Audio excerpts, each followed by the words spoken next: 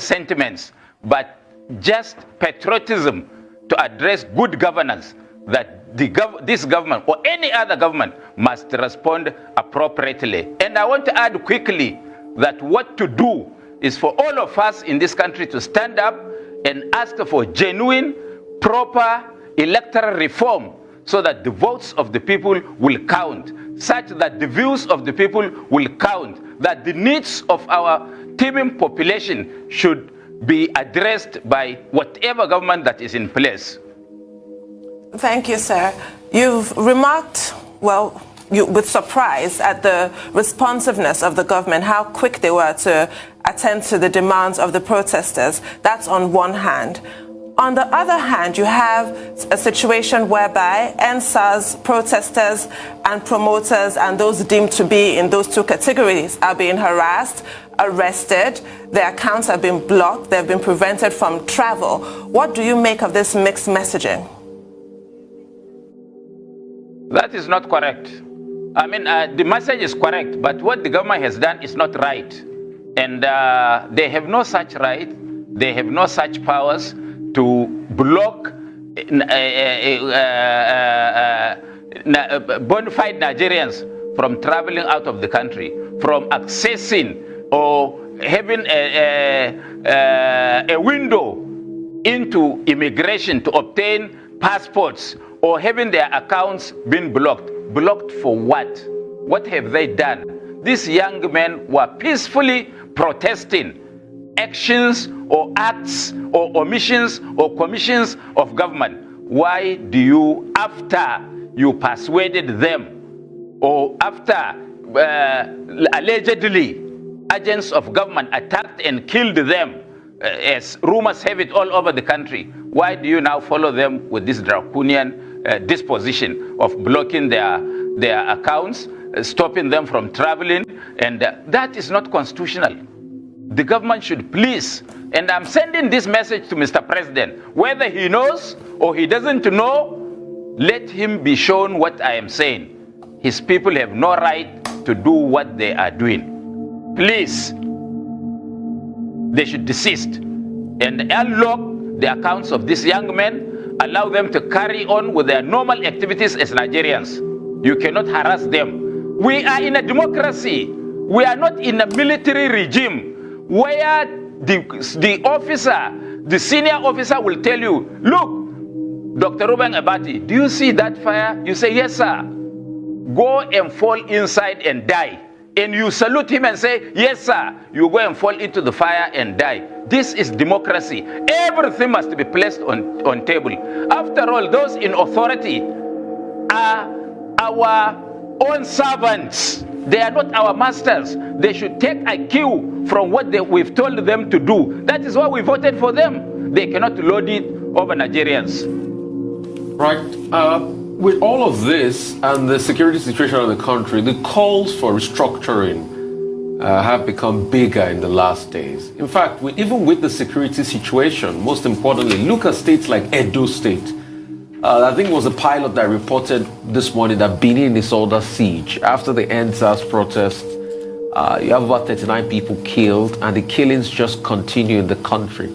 So a lot of people are calling for restructuring state police and the future of our union as a country. I mean, what's your take on all of this? You see, I am a believer in restructuring, but I don't know the correct definition of this restructuring that people are clamoring for. Bringing state police and native authority police is because we have young men who have never experienced those periods in life. There is a reason why the native authority police or the state police were disbanded. I want to tell you and let the nation know that the emirs and chiefs that had native authority police are more humane than our present governors. If some of you make the mistake of having a state police, let me tell you that this is the end of democracy in Nigeria, because people like me or you may never have the privilege to visit your own states if you have a different political opinion with the governors in those states. Even without state police, they use the national police to intimidate, to harass, to maim, and lock up opponents. If now these people are completely under their control, only God may save us. But we need to think deeply. There are a lot of things we can do to really ameliorate the situation. Look, you can't go from Abuja to Kaduna now. For the last 1 week, people are being kidnapped. People are being sold like ram in the market. They kidnap you, they sell you to another agent, you go 3-4 hands before you get released. And if you cannot raise money, you are shot. Look, we are in trouble. And this government, as Scholar Olagbadion has said, has promised us that they will provide security, and we believed them because the man at the helm of affairs had been a general officer commanding, had been a governor of a state, had been a minister, had been a head of state, military head of state, now a civilian head of state. He has all it takes to do what is right and bring about the end of insecurity in our land. Without security, we cannot progress, we cannot develop, we cannot move forward. These are the issues. The issue is not sentiment, that when one thing happens, we rush to say we restructure. And I am not, can somebody please tell me what is this restructuring? I have got my own definition. And if there is a conference, I will sell that definition and it will be accepted by Nigerians. Not in the manner and way certain people address these issues. Well, sir, we hope that you will give us an opportunity to know what that's your definition of restructuring is before we end this program. But there's a lead story on the front page of This Day Today, where, and this is not a new issue, the story is titled Prominent Nigerians More Southern Presidential Candidates for 2023. And we're being told that major power brokers in Nigeria have been meeting. They've been consulting, even former heads of state and presidents are involved, and that there is an emerging consensus that the next president of Nigeria in 2023 should come from the southern part of the country for purposes of unity and stability. And if you have read the story, sir, you see all the names mentioned there, from Chief Ayo Adebanjo to President Obasanjo, to General Babangida, to Chief E.K. Clark. I mean, these are key figures in Nigerian politics. What do you think? And when we're discussing with Kola Ologbadiyan, it was also about, the power should shift to the south, to the southeast in particular, in 2023. Well, let me make 2 points. First, I had your discussion with the Kola Olagbadiyan over such issues. And I also went through this morning and found all those names you are mentioning. But the most important thing, Doctor, is that why do we do things just reacting or making a reflex over an issue that has just surfaced or is surfacing? We are in a democracy.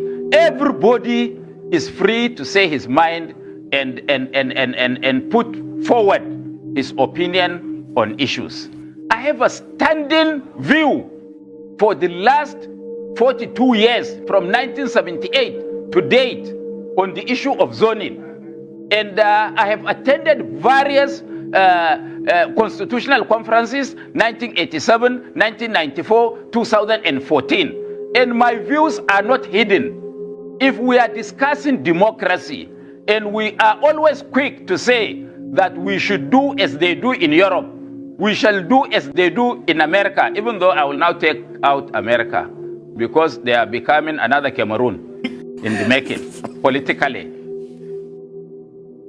If not, how can you say in a democracy you have to fix leadership? I can vote for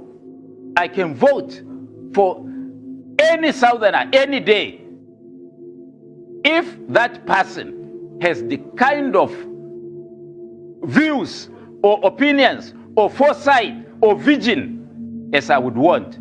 After all, there is a president now from northern part of the country who is supposed to be a Muslim like myself.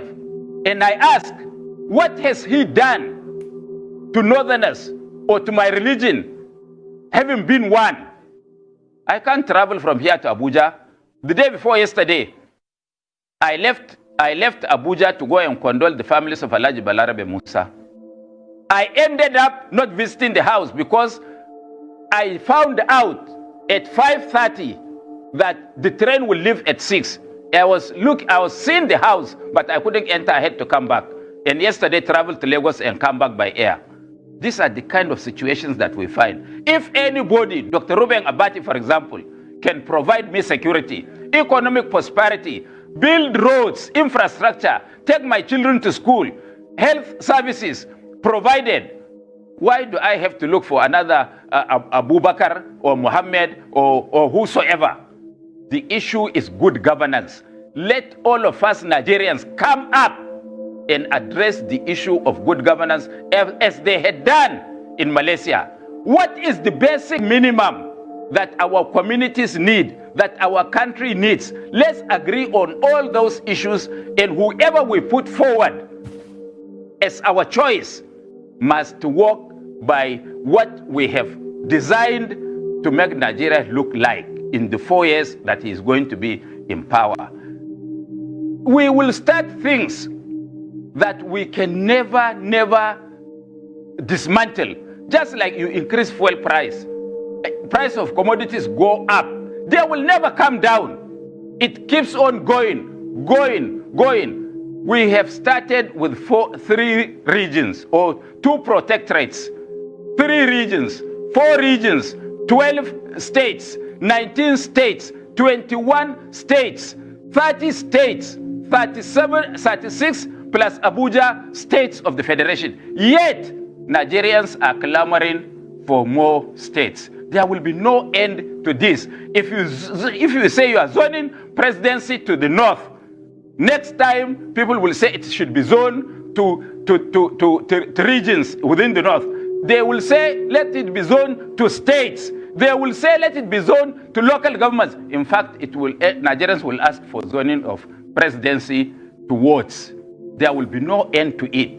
What we need is we as Nigerians must agree that this is what we want Nigeria to look like. We work for Nigeria, not for tribe, not for religion, not for ethnicity, and not for where somebody comes from. If you zone this presidency to any place based on clamor, then it means that man is going to be there for only his own people.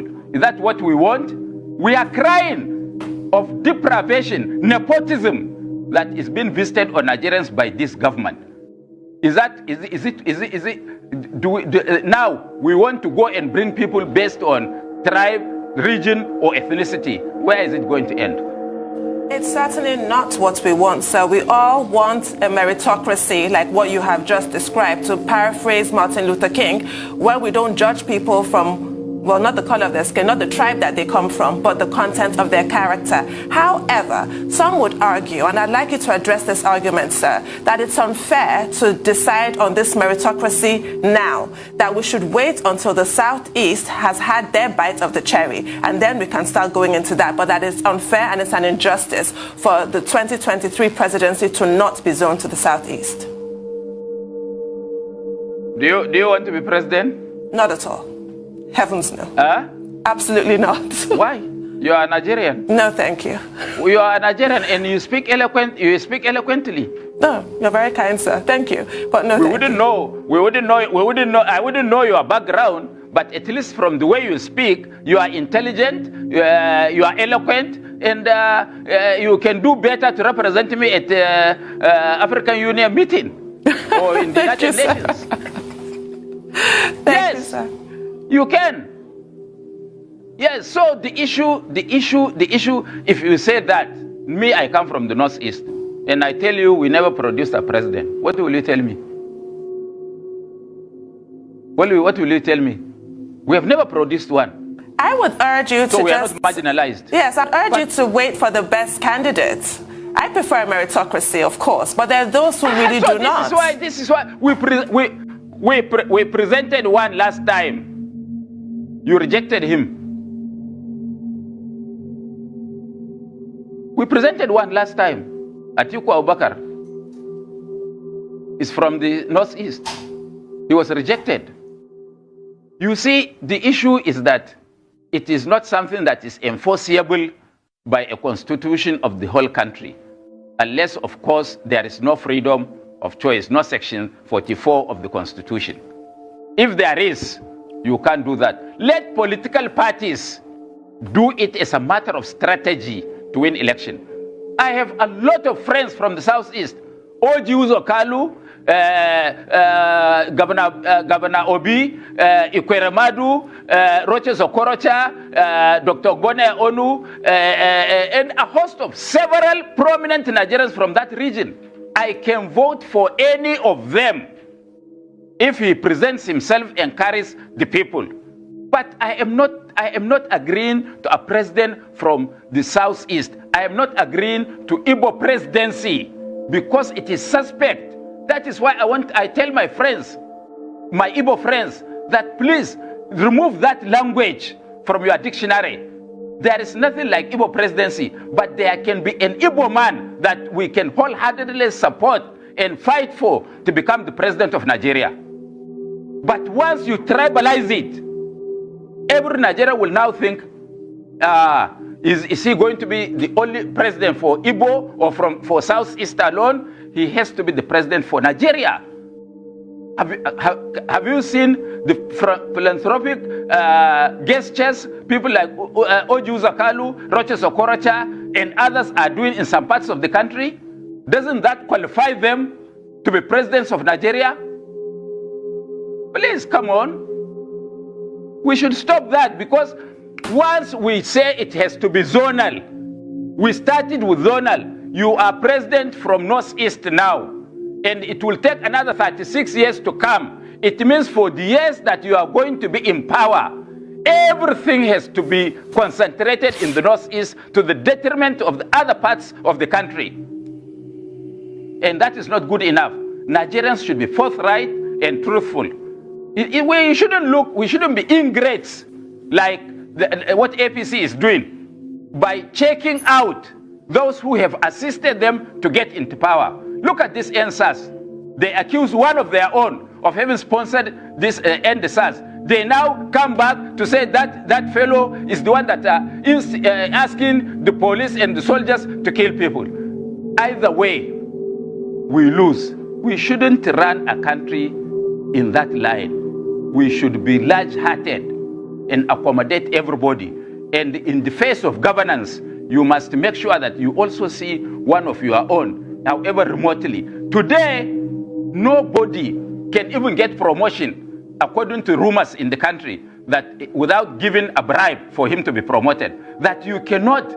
I have children, and I know they come to ask me for money to give for employment. I have 7 of them.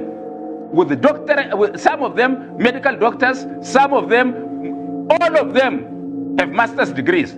They can't work because I have no money to give. Is that the kind of Nigeria that we are looking for? If you are talking of meritocracy, so I have to be in power or to be a House of Rep member or senator or governor or in the presidency for me to get my children get appointment. These are the kind of things that we will restructure. Okay, Alhaji, real quickly, I'd like to know the definition of restructuring. And secondly, what are the things we can learn from the life of Balarabe Musa as a person? And I want to know your definition of restructuring. Great. Yeah. The things we can learn from Balarabe Musa as a person. My own definition of restructuring is very, very, very, very simple. Let Nigerians sit down and look at the present and yesterday. Was it good enough for us? If it is not good enough for us, what can we do to make Nigeria better? It's not sentiments. And we have a lot and a host of it. Alhaji Balarabe Musa has been a great man, a fighter for social justice, somebody who believed in the unity of this country, who agrees to be deprived of whatever. And I want to tell you a story that governors are building houses in Abuja or in their states of origin for themselves as they leave office. Alhaji Balarabe Musa was asked by the Kaduna state government that they want to build a house for him.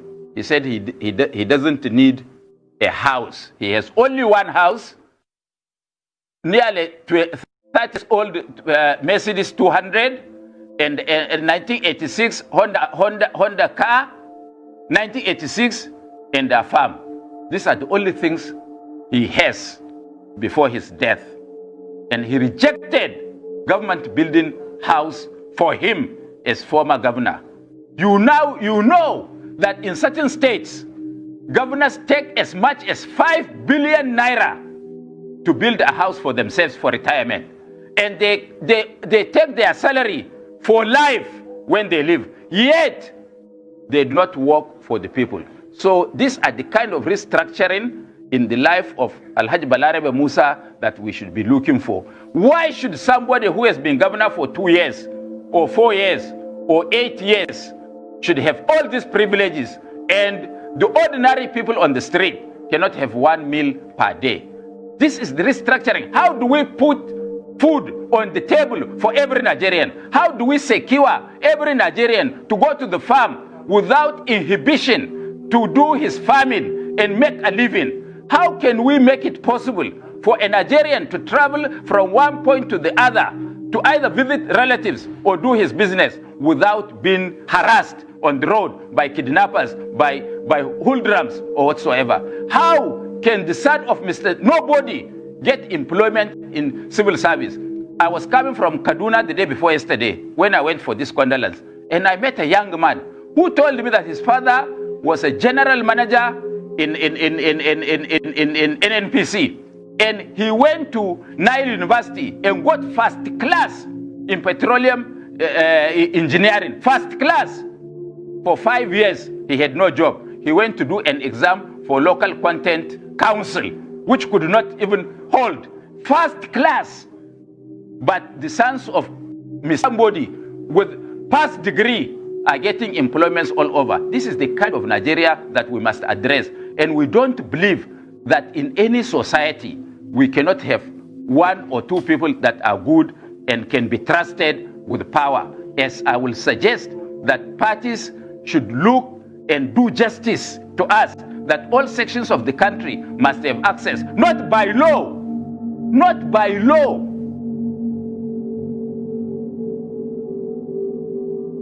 Okay, quickly, sir. You said earlier on that nobody from the Northeast has been president of Nigeria, but I recall General Sani Abacha is Kanuri from the Northeast.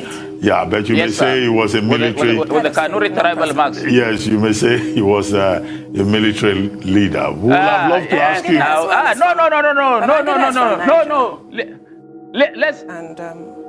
Let's leave it at that.